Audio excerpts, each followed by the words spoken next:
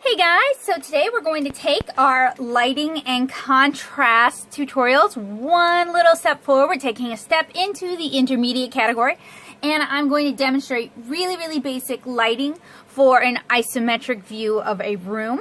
And applying lighting and contrast to interior settings can be really important if you're doing lighting for comics, or I'm sorry, watercolor for comics, which is what I do. So it is pretty much the same principle of the cube, except in this instance, our window, very basic window there, is our light source. And I'm just going to use indigo for this demonstration. So we're going to need to build 3 layers of color. Our light, our medium, and our dark. And in this instance, the floor would probably be the lighter one if we're just going by lit color, not by local color. So I'm going to apply a fill to all 3 surfaces.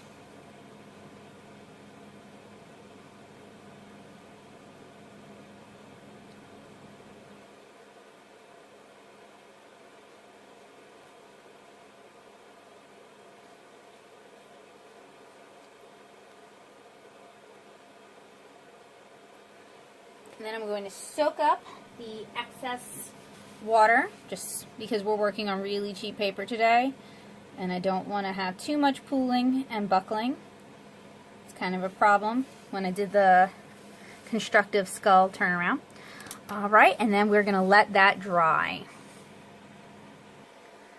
Alright, this is still somewhat dry, well, still somewhat wet, sorry, not entirely dry, but we're going to progress. We're going to move on. We're going to do our next layer of color, and that means we are going to hit this wall, which is going to end up being our darkest wall because it's the wall with our light source.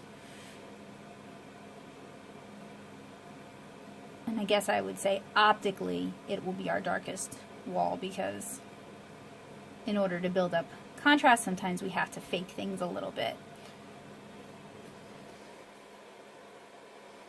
And then we're going to get this wall over here.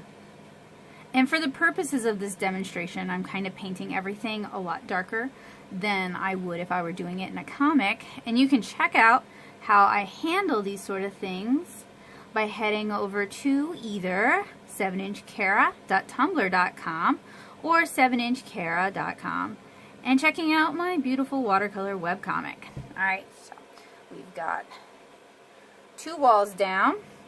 I'm going to let that dry, and then this wall is going to become our darkest wall.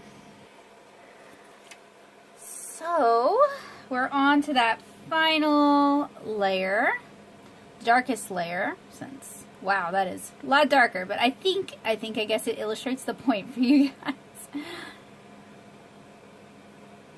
So basically, interior lighting is interesting because the area that tends to be where the light source is emanating from, so like in ceiling fixtures, not necessarily like lamps or candles or that sort of thing, they're going to tend to be optically darker. You're going to think they're darker just because in contrast with the light source, they seem darker. And this is actually really extreme. Whereas the area where the light is shining onto, I even could have left, I could have done 4 layers and left like a patch of light gray to reflect the fact that the light is shining onto it, and then this is going to get reflected light from the floor and then kind of from the atmosphere itself. So I hope you found this little mini tutorial helpful, useful, and informative.